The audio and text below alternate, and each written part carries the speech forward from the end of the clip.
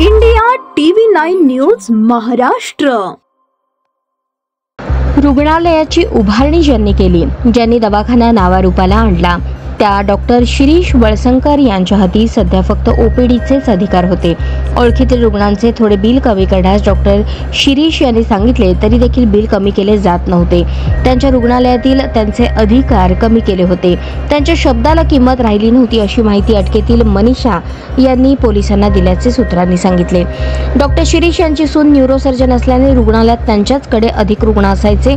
त्यांचे शिक्षणही जास्त होते। दुसरीकडे डॉक्टर अश्विन यांचे रुग्ण वेगळे होते। प्रत्येक जण त्यांच्या रुग्णांचे बिल स्वतंत्रपणे घ्यायचे।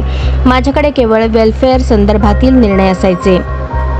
रुग्णालयास काही वस्तू आवश्यक असल्यास डॉक्टर शिरीष यांच्या स्वाक्षरीने त्या वस्तू मागवत होते असेही मनीषा सांगत होती।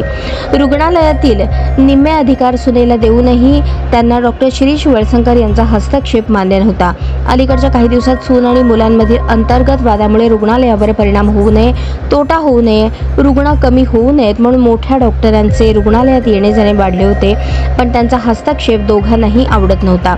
काही महिने वेगवेगळे राहिलेले डॉक्टर अश्विन आणि डॉक्टर सोनाली काही दिवसांपूर्वी एकत्र आले होते असेही मनीषा म्हणाल्याचे पोलीस सूत्रांनी सांगितले। 5 दिवसांच्या पोलीस कोठडीत मनीषाने याच बाबी सतत पोलिसांना सांगितल्या।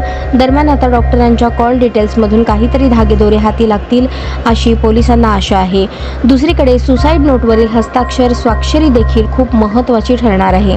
त्यातून डॉक्टर शिरीष यांच्या आत्महत्येला अटकेतील मनीषा की अन्य कोणी कारणीभूत आहे हे स्पष्ट होणार आहे। डॉक्टर शिरीष वळसंकर यांच्या खिशात सापडलेली सुसाईड नोट त्यांच्याच हस्ताक्षरातील आहे का याच्या पडताळणीसाठी पोलिसांनी गुरुवारी रुग्णालयातून डॉक्टरांचे हस्ताक्षर आणि स्वाक्षरी असलेली काही कागदपत्रे ताब्यात घेतली आहेत। त्यावरील हस्ताक्षर एकच आहे का या पडताळणीसाठी कागदपत्रे हस्ताक्षर तज्ज्ञांकडे पाठवण्यात आली आहेत। त्याचा रिपोर्ट पुढील आठवड्यात मिळेल असे पोलिसांनी सांगितले।